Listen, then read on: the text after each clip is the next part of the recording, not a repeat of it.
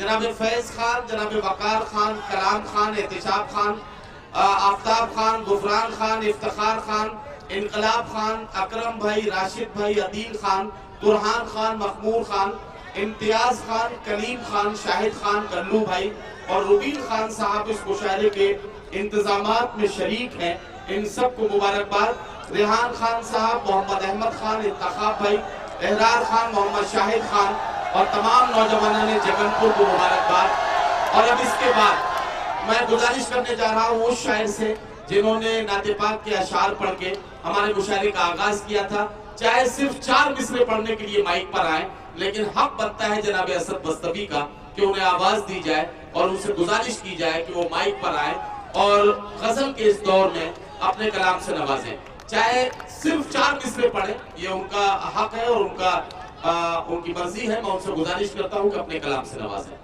بہت شکریہ حاضرین، مجھے لگ رہا تھا شاید میرا نمبر ہی نہ ہے۔ حاضرین گرامی، میں بھی چاہ رہا تھا کہ تھوڑی سی دعائیں جو الطاف بھائی کو ملی اور دیگر شعراء کرام کو ملی مجھے بھی مل جائے تاکہ ممبئی سے میرا آنا کامیاب ہو جائے۔ حاضرین گرامی، وقت بہت کم ہے، عمران پرتاپ بھائی جہاں تشریف رکھتے ہوں وہاں کتنی دیر پڑھنا چاہیے مجھے سمجھ میں آتا ہے۔ آئیے 4 مصروں سے اپنے شعری سفر کا آغاز کرتا ہوں اور ایک بات کہتا ہوں کہ اگر شعر اچھا لگے تو آپ تمام حضرات مجھے اپنی دعاؤں سے نوازیں۔ پیش کرتا ہوں جو ہے شاہی خزانہ اس پہ کنجوسوں کا قبضہ ہے،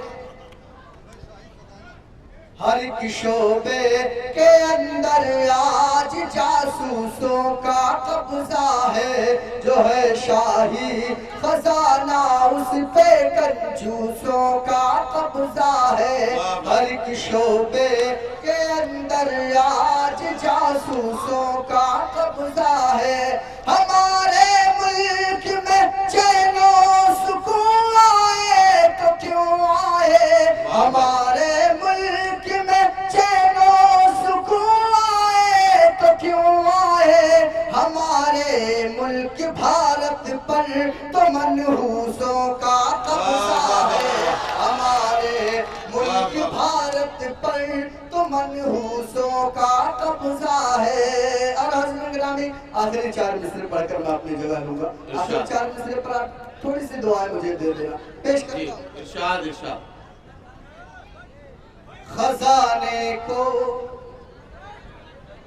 وہ ایک رتی سمجھ کر بیچ ڈالے گا، کیا کہنا، خزانے کو وہ ایک رتی سمجھ کر بیچ ڈالے گا، او چندن کو اگر بتی سمجھ کر بیچ ڈالے گا، او چندن کو اگر بتی سمجھ کر بیچ ڈالے گا۔ حکومت ہم نے اپنی دے دی ہے کہ چائے والے کو، حکومت ہم نے اپنی دے دی ہے کہ چائے والے کو، ہمیں وہ چائے کی پتی سمجھ کر بیچ ڈالے۔